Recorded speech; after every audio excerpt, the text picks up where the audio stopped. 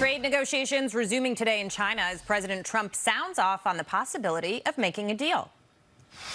We're either going to make a great deal or we're not going to make a deal at all. They've had a terrible year because of the tariffs.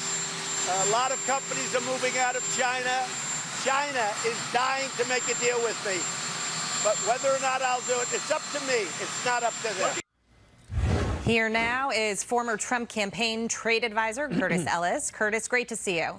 Hey, it's great to be here. Thanks for having me. So just yesterday, the president said that he thought that China was actually going to wait it out till 2020 because they don't want to negotiate with him and they want to see potentially what happens in the election. But today he's saying they're dying to make a deal with me. It's up to me, not to them. So which is it? Well, look, the president says he doesn't care if China doesn't make a deal, and he shouldn't care because the tariffs are having the desired effect. Major companies, at least 50 of them, are moving out or have plans to move out of China. Their economy is sinking fast, 27-year low of their growth rate. Exports from China are down 12%, and China's bearing the brunt of the tariffs, either through currency devaluation or they're cutting prices so they don't lose out to the competition.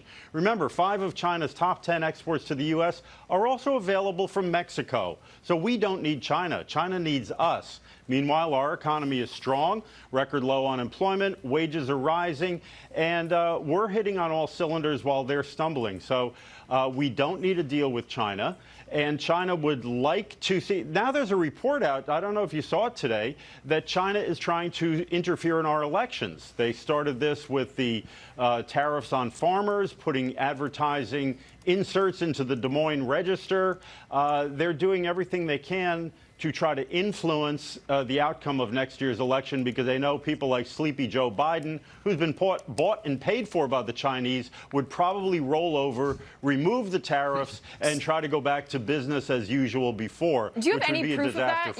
You just said bought and paid for by China. I'm interrupting right now, and I apologize for that, but I think that's a pretty big statement to just make without any proof.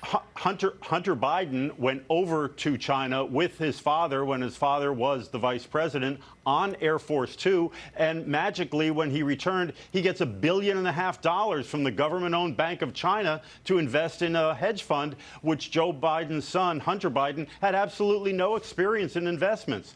That company, that hedge fund, is now invested in companies like Hikvision, which supplies surveillance cameras to Chinese concentration camps. So, yes, Joe Biden then comes out and says, China's not our enemy. These are good folks. We got nothing to worry about. So maybe the check was not written directly to Joe Biden, but the influence, this is how Chinese influence operations work. This is how they turned Bill Clinton, who was tough on China during the campaign, but then became a panda hugger after he was elected. They used his Wall Street advisors to turn him around. So he suddenly said, let's build a bridge to the 21st century, and that will go right through China, and we'll open up trade with China, and then suddenly they'll become democratic, and we don't need to worry about Tiananmen Square. The butchers of Beijing will become cupcake makers. Okay, I think you've made your point. However, I think it is valid to say that President Xi is bicycling Trump, and with some success. I mean, the tariffs have hurt China, and companies are leaving.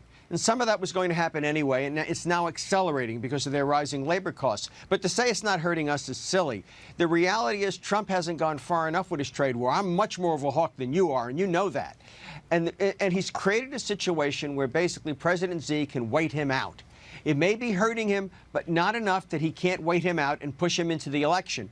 And this is going to be a liability in the election. The economy is slowing. We're not at 3% growth anymore. A big reason for that is companies are not investing. The investment numbers were terrible in last Friday's report.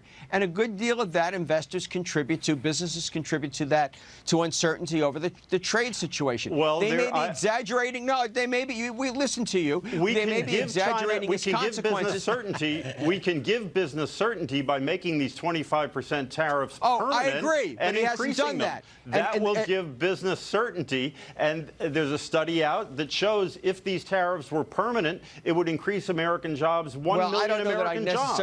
I don't know that I necessarily believe that study, although I'm in favor of the tariffs. But the point is that, hold on, is that he needs to go further and harder. This notion of gradualism doesn't work. I'm not going to say no to you, Peter. I'm not going to say no. All right. This gradualism socialism doesn't work, and as a consequence, he's this notion that he can make friends with this guy. This notion that somehow or other he can buddy up to him and come to some sort of agreement, have him to dinner and convert him. I mean, this is like trying to create Satan into Christianity. It's absurd. I'm not sure he really believes that. Look, this is a negotiating tactic. You always talk about my colleague on the other side, my good friend, and then you whack him in the back room. I'm losing confidence in him in that regard. Here's the thing I think everybody's missing, though, guys, and I get it that the tariffs are a great souvenir of a terrible year for China. But I think, Curtis, one thing we forget that we take kind of so complacently is that China needs us more than we need them. And if you look at China's trade balance, for example, they've got expanding trade relationships with Korea, Russia, other Southeast Asian countries that make them a bigger player in that area than they've ever been. So if we do lose that relationship, they may not be hurt as much as we think. Right. We've turned our back on Asia, and that's important. By pulling out of the TPP, Trump made a terrible strategic mistake because he lost a lot of leverage with China. Look, Bob Lighthizer is exactly right. TPP was a bad deal. No, I think Bob is dead wrong on that one. It would have opened up 12 more back doors for China to sneak its stuff into the United States, and it would have increased China's influence in the region. We are starting to see more investment in Southeast Asia as these companies move out of China. They're moving into Southeast Asia, and a lot of these are Korean and Japanese companies. And it's better that the Japanese invest in Southeast Asia than China does. Curtis, I want to quickly ask you, Jonathan Hoenig. I mean, the president has talked about, we lose money with trade with China. He says we're making all this money with tariffs.